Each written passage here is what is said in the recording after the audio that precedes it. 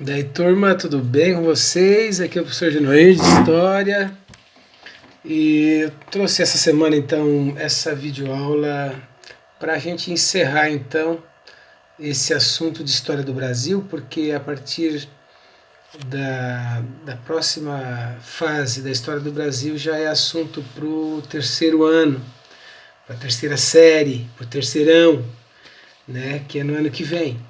Aí a gente vai retomar outros assuntos de história geral esse ano, mas história do Brasil, né, pela programação, pelo livro e pelo conteúdo, até agora, então, até a proclamação da República. Então eu trago uma videoaula, uma pequena videoaula agora para a gente fazer o fechamento desse assunto. Vocês façam as anotações necessárias, podem ser em pontos, aquilo que vocês forem entendendo dessa pequena videoaula, certo? Eu tô com saudade de vocês, saudade de todos, porque vocês sabem que trabalhar dessa forma não é a maneira mais produtiva, e história, né? A gente precisa do debate, a gente precisa da troca do conhecimento, da troca de energia, da troca dos questionamentos, dos trabalhos em grupo, né? Para a gente conseguir chegar a um conhecimento maior. Mas, infelizmente, é o que nós temos para hoje. Trabalhar dessa maneira, vocês precisam acumular conhecimento não só em quantidade, mas em qualidade, para a vida de vocês principalmente, para a vida profissional de vocês também. Então espero que eu esteja contribuindo. Levem a sério, pessoal. Vocês já são pessoas quase adultas, vocês já têm uma vida social, entre aspas, agora. Então levem a sério, tentem entender, tentem sugar o máximo que vocês conseguirem de conhecimento de nós, professores, e das propostas que a gente está levando para vocês.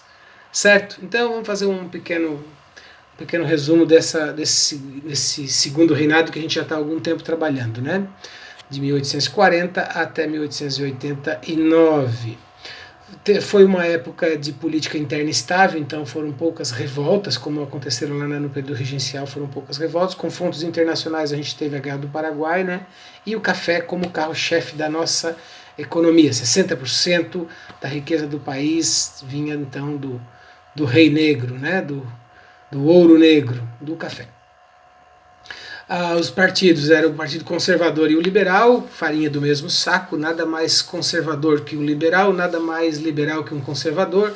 Havia uma pequena diferença entre eles, que era em relação à forma de administrar o país, né? Os conservadores queriam um governo unitário, em que o poder estivesse centralizado no Rio de Janeiro, no poder do rei, né?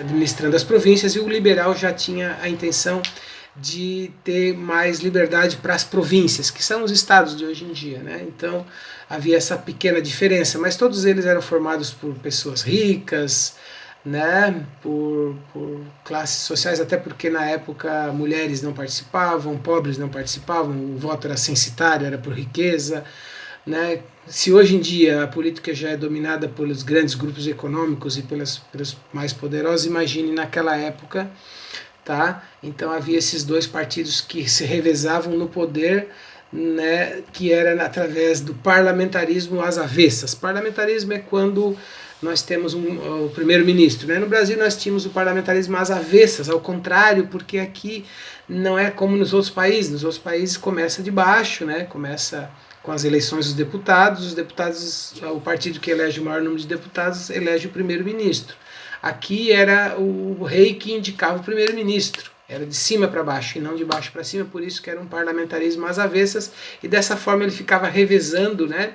Era a política da cadeira de balanço, né? Ele a hora botava um primeiro-ministro do Partido Conservador, a hora botava um primeiro-ministro do Partido Liberal, para agradar os dois e os dois ficarem sempre apoiando ao governo, né? Aí quando um liberal ia no poder, os conservadores iam para a oposição, faziam críticas, e quando eles ficavam muito nervosinhos e quando eles estavam cansados de fazer oposição, o governo mudava o gabinete e colocava um primeiro-ministro conservador, e assim ficava. Não muito diferente das coisas que acontecem nos estados e nos municípios por aí, né, gente? Se vocês pensarem um pouco nessa questão política, né? Aqui está mostrando o organograma de como funcionava esse parlamentarismo ao contrário, às avessas.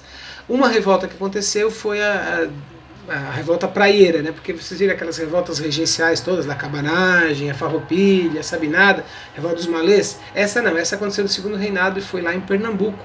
Eles queriam eles queriam uma república, né? Eles queriam uma coisa um pouco mais utópica, mais revolucionária, mas foram massacrados, como a maioria das revoltas no Brasil, pela elite e pelo exército.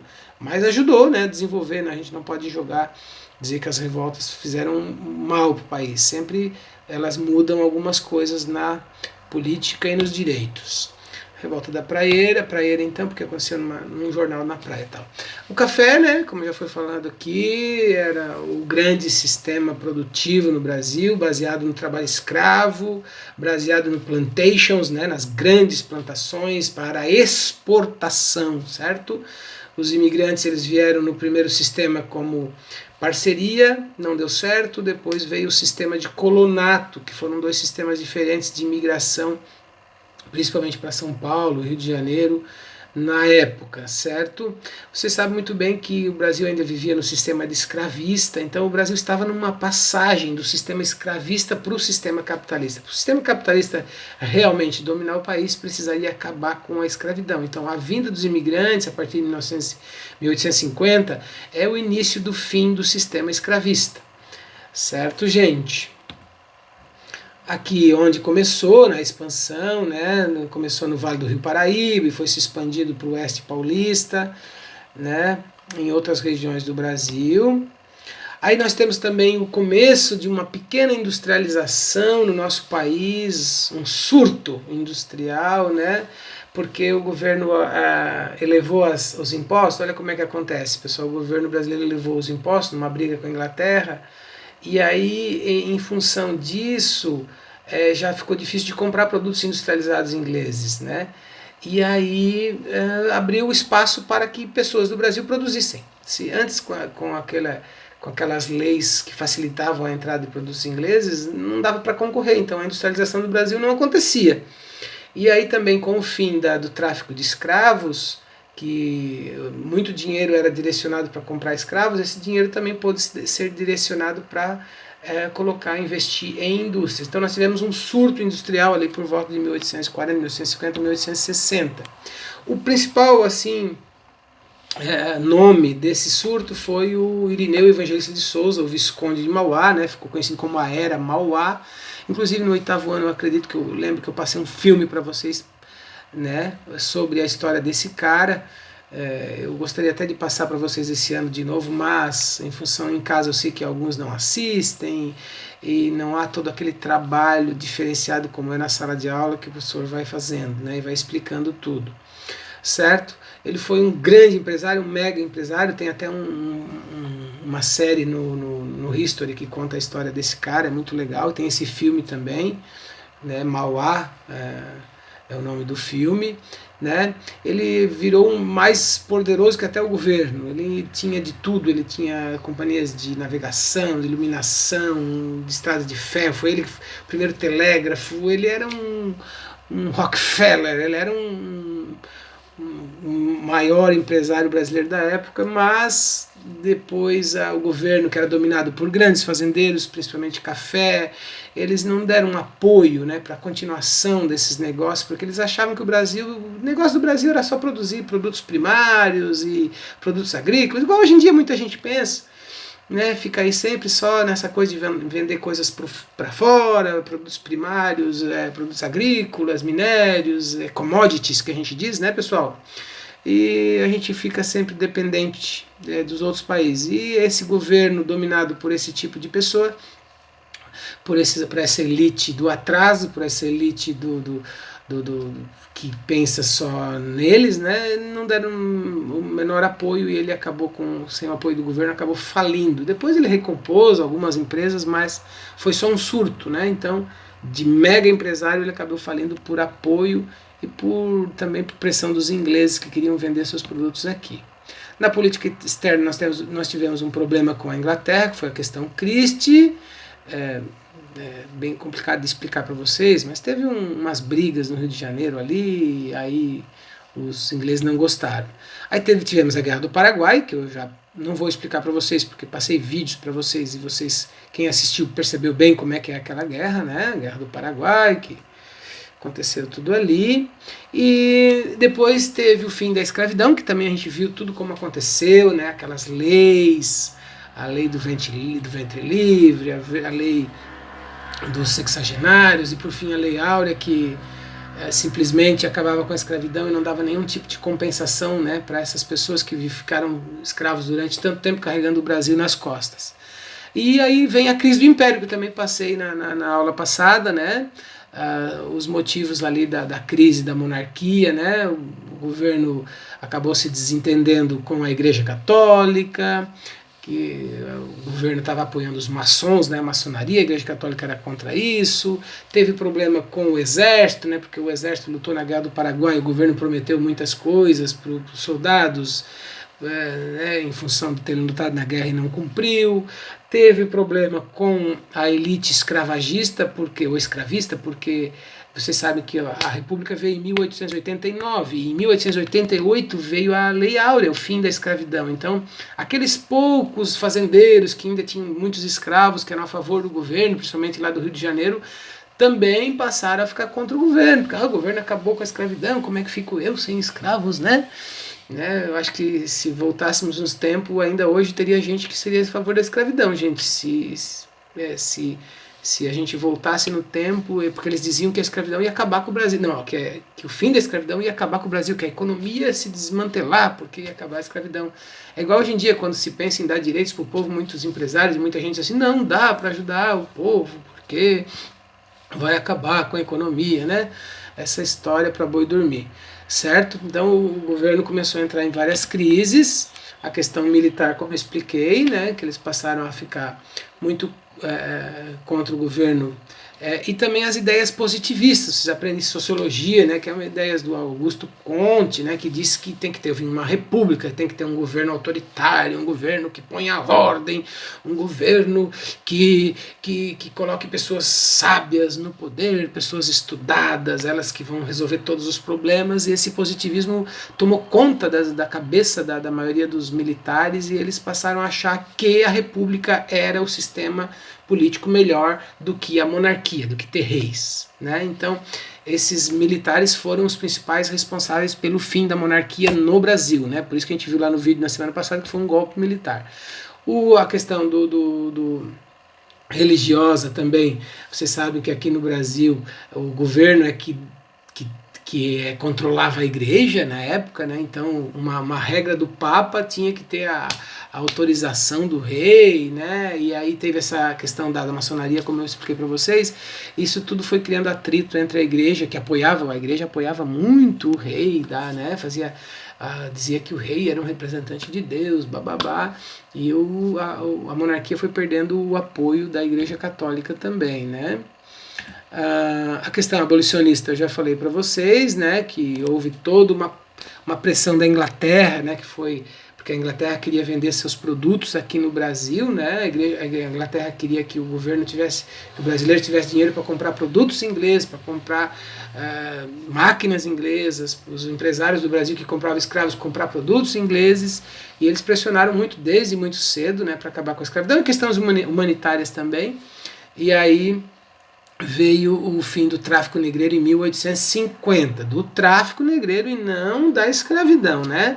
Aquelas leis lá, primeiro a leis para inglês ver, depois a lei Bill Aberdeen, depois a lei Eusébio de Queiroz. Essas leis são conhecidas como leis protelatórias, que ficam protelando. Protelar significa deixar para depois. Então veio primeiro as leis, né, de abolição. Primeiro a lei para inglês ver, 1831, que era só no papel. Depois a lei Bill Aberdeen, que podia pegar navios que estavam transportando escravos e aprisionar. Depois veio a lei Eusébio de Queiroz, que acabou com o tráfico. Depois, em 1871, veio a lei do ventre livre. Depois, em 1885, veio a lei dos sexagenários.